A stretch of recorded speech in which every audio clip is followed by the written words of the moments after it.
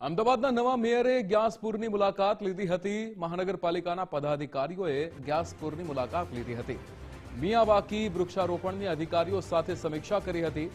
Japanese Miyawaki પદ્ધતિથી વૃક્ષારોપણ કરાયું હતું।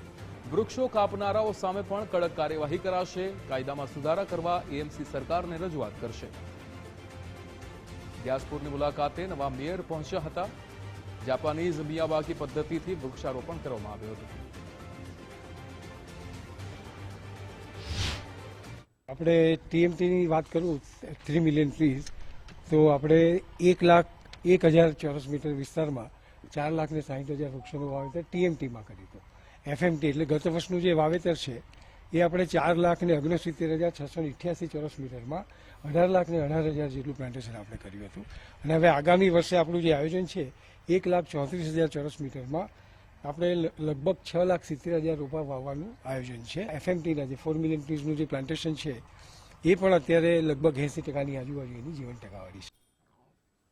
તો અહીંયા વૃક્ષો કાપનારાઓની સામે કડક કાર્યવાહી થાય તેવી પણ માંગણી કરવામાં આવી છે। કાયદામાં સુધારો કરવા એએમસી સરકારને હવે રજૂઆત પણ કરશે। જાપાનીઝ મિયાવાકી પદ્ધતિથી અહીંયા વૃક્ષારોપણ કરવામાં આવ્યું હતું। નવા મેયર કે જે મહાનગરપાલિકાના પદાધિકારીઓની સાથે ગ્યાસપુરની મુલાકાતે પહોંચ્યા હતા, વૃક્ષારોપણ કર્યું હતું। મિયાવાકી વૃક્ષારોપણની અધિકારીઓ સાથે સમીક્ષા પણ કરી હતી। વૃક્ષો કાપતા લોકોની સામે કડક કાર્યવાહી કરવાની પણ માંગણી કરવામાં આવી છે। અને અહીંયા અમદાવાદના નવા મેયર કે જે વૃક્ષારોપણ માટે પહોંચ્યા હતા ત્યારે કડક કાર્યવાહી કરવાના આદેશ પણ આપવામાં આવ્યા છે। 5 જૂને વિશ્વ પર્યાવરણ દિવસની તૈયારીના ભાગરૂપે અને ગયા વર્ષના વૃક્ષારોપણ કર્યા છે અને ભૂતકાળમાં જે કર્યા છે એનું નિરીક્ષણ અધિકારીઓ સાથે અને અમારી ટીમ સાથે કરી રહ્યા છીએ। જ્યાં જરૂરિયાત લાગી ત્યાં નવી જગ્યાઓ પણ શોધવાનું સોંપ્યું છે કે જેથી કરીને આવતા વર્ષમાં આપણે વધુ વૃક્ષારોપણ કરી શકીએ।